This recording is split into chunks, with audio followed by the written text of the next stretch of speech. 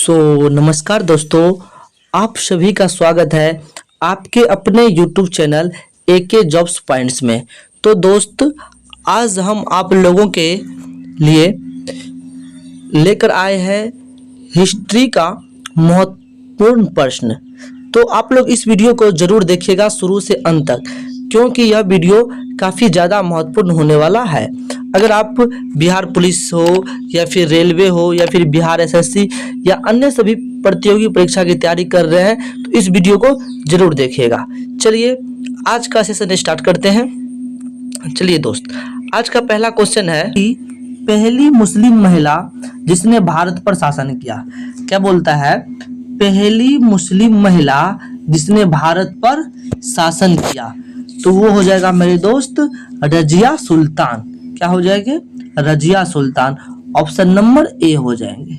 क्या हो जाएंगे? Option number A. इसका जो है शासनकाल 1236 से 1240 के बीच रहा था। ठीक, चलिए अगले क्वेश्चन की ओर बढ़ते हैं। मोहम्मद गौरी ने अपने जीते हुए क्षेत्र के प्रशासन के लिए नियुक्त किया था। मोहम्मद गौरी ने अपने जीते हुए क्षेत्र के प्रशासन के लिए नियुक्त किया था, तो किसको किया था? कुतुबुद्दीन ऐबक को, यानी ऑप्शन नंबर सी। क्या हो जाएगा? ऑप्शन नंबर सी हो जाएगा। अगला क्वेश्चन है मेरे दोस्त, किस युद्ध ने मोहम्मद गौरी के लिए दिल्ली प्रशासन का मार्ग प्रशस्त किया? किस युद्ध ने मोहम्मद गौरी के लिए दिल्ली पर शासन का मार्ग प्रशस्त किया? तो हो जाएगा मेरे दोस्त, वो जो है तराइन का दूसरा युद्ध। क्या हो जाएगा? तराइन का दूसरा युद्ध था, यानी कि ऑप्शन नंबर बी सही होगा। चलिए अगले क्वेश्चन की ओर बढ़ते हैं। दिल्ली के किस सुल्तान ने लौह एवं रक्त की नीति को अपनाया था? बहुत ही अच्छा क्वेश्चन है। दिल्ली के किस सुल्तान ने लौह एवं रक्त की नीति को अपनाया था? वो था मेरे दोस्त बलबन। कौन था? बलबन। यानी 4 का जो सही आंसर हो जाएगा वो ऑप्शन नंबर क्या हो जाएगा? ए हो जाएगा। Option number A. चलिए अगले क्वेश्चन की ओर बढ़ते हैं। प्रसिद्ध कोहिनूर हीरा इनमें से एक खान से निकाला गया था, तो कहां से निकाला गया था मेरे दोस्त? वो निकाला गया था गोलकुंडा से। कहां से? गोलकुंडा से। इसलिए इसका सही आंसर जो हो जाएगा वो ऑप्शन नंबर क्या हो जाएंगे? सी हो जाएंगे। चलिए अगले क्वेश्चन की ओर बढ़ते हैं। देखिए दोस्त, बोल रहा है क्वेश्चन, निम्न में से किस दिल्ली सुल्तान को इतिहासकारों ने विरोधों का मिश्रण बताया? निम्न में से किस दिल्ली सुल्तान को इतिहासकारों ने विरोधों का मिश्रण बताया? वो हो जाएगा मेरे दोस्त मोहम्मद बिन तुगलक। कौन हो जाएंगे? मोहम्मद बिन तुगलक, यानी ऑप्शन नंबर सी हो जाएंगे। अगला क्वेश्चन है मेरे दोस्त, लोधी वंश का अंतिम शासक कौन था? लोधी वंश का अंतिम शासक कौन था? तो इसका सही आंसर जो है वो आपको मिलेगा ऑप्शन नंबर डी में, यानी कौन था? इब्राहिम लोधी। कौन था? इब्राहिम लोधी था। अगला है, द्वितीय अशोक किसे कहा जाता है? द्वितीय अशोक किसे कहा जाता है? तो मेरे दोस्त, मेरे भाई, मेरे जिगर के टुकड़ों, द्वितीय अशोक जो है वो बोला जाता है कनिष्क को। किसको? कनिष्क को बोला जाता है। इसलिए इसका सही आंसर जो हो जाएगा वो ऑप्शन नंबर सी हो जाएगा। चलिए अगले क्वेश्चन की ओर बढ़ते हैं। अगला क्वेश्चन है मेरे दोस्त, भारत में सर्वप्रथम स्वर्ण मुद्रा किसने चलाई? भारत में सर्वप्रथम स्वर्ण मुद्रा किसने चलाई? तो मेरे दोस्त, भारत में जो है स्वर्ण मुद्रा सबसे पहले कुषाणों ने चलाया था। कौन चलाया था? कुषाणों ने चलाया था। इसलिए इसका सही आंसर जो हो जाएगा ऑप्शन नंबर बी हो जाएगा। चलिए अगले क्वेश्चन की ओर बढ़ते हैं। राजा खारवेल किस चेदी वंश के महानतम शासक थे? राजा खारवेल किस चेदी वंश के महानतम शासक थे? तो मेरे दोस्त वो जो है कलिंग कहाँ के थे? कलिंग के, इसलिए इसका सही आंसर ऑप्शन नंबर ए हो जाएंगे।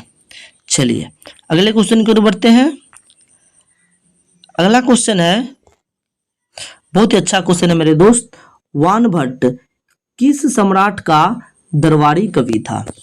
वानभट्ट किस सम्राट का दरबारी कवि था? तो मेरे दोस्त वानभट्ट जो है वो हर्षवर्धन का जो है दरबारी कवि था, इसलिए इसका सही आंसर जो हो जाएगा वो ऑप्शन ए हो जाएगा। क्या हो जाएगा? ऑप्शन ए हो जाएगा। अगला है मेरे दोस्त, कवि कालिदास। कवि कालिदास किसके दरबार में रहते थे? तो कवि कालिदास जो है मेरे दोस्त वो जो है चंद्रगुप्त विक्रमादित्य के दरबार में, किसके दरबार में रहते थे? चंद्रगुप्त विक्रमादित्य, यानी ऑप्शन नंबर डी हो जाएगा। चलिए अगले क्वेश्चन की ओर बढ़ते हैं। अगला क्वेश्चन है,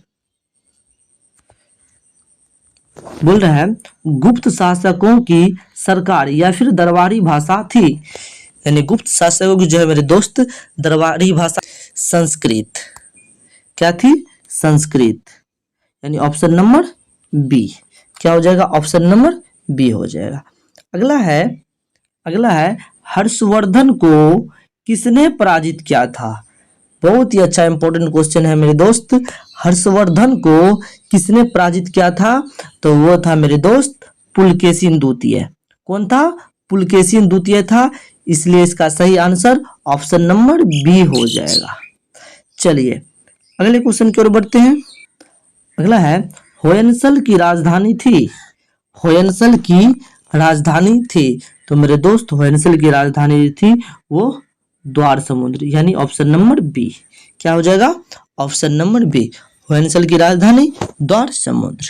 चलिए, निम्न में से किस चोल राजा ने सिलोन यानी सिंधल को सर्वप्रथम जीता था? निम्न में से किस चोल राजा ने सिलोन यानी सिंघल को सर्वप्रथम जीता? तो वो था मेरे भाई राज प्रथम। कौन था? राज प्रथम था, यानी कि सही आंसर ऑप्शन क्या हो जाएगा? बी हो जाएगा। क्या हो जाएगा? बी हो जाएगा। चलिए अगला क्वेश्चन की ओर बढ़ते हैं। चोल वंश में ग्राम प्रशासन। चोल वंश में ग्राम प्रशासन के बारे में किस शिलालेख में उल्लेख मिलता है?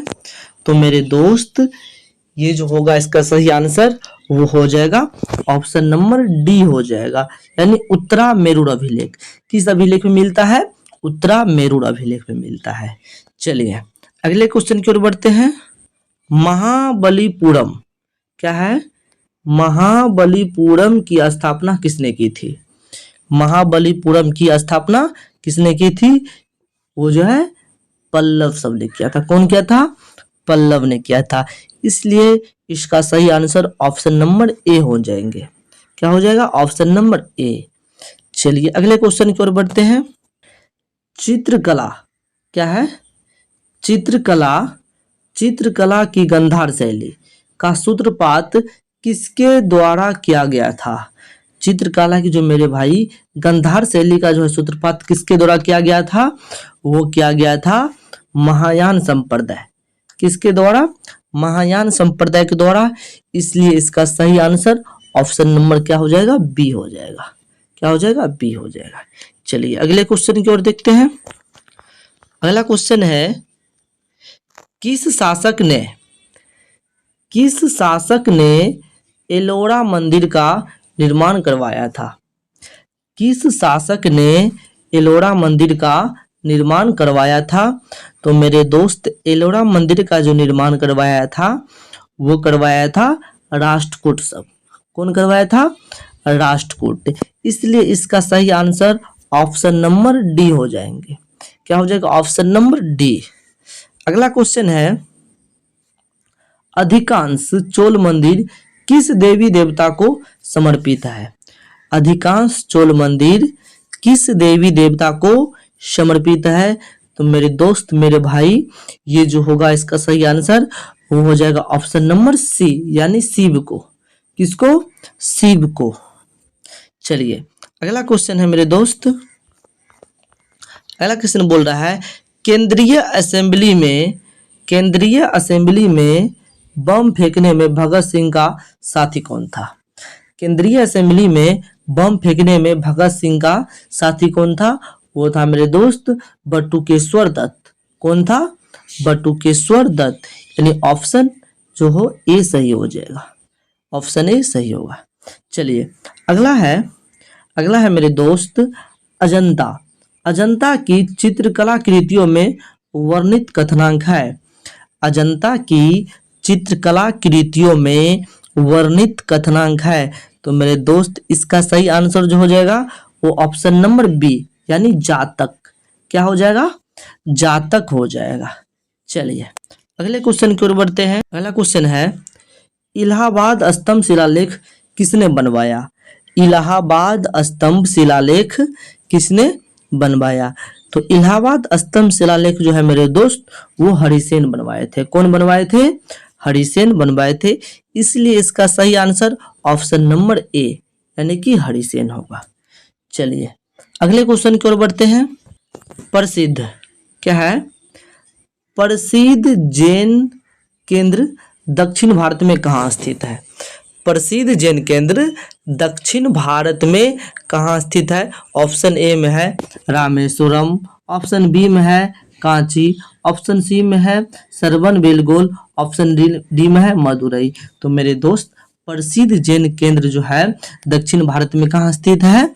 वो है श्रवणबेलगोला में। कहाँ? श्रवणबेलगोला में। इसलिए इसका सही आंसर ऑप्शन नंबर सी। और ये कहाँ पर है?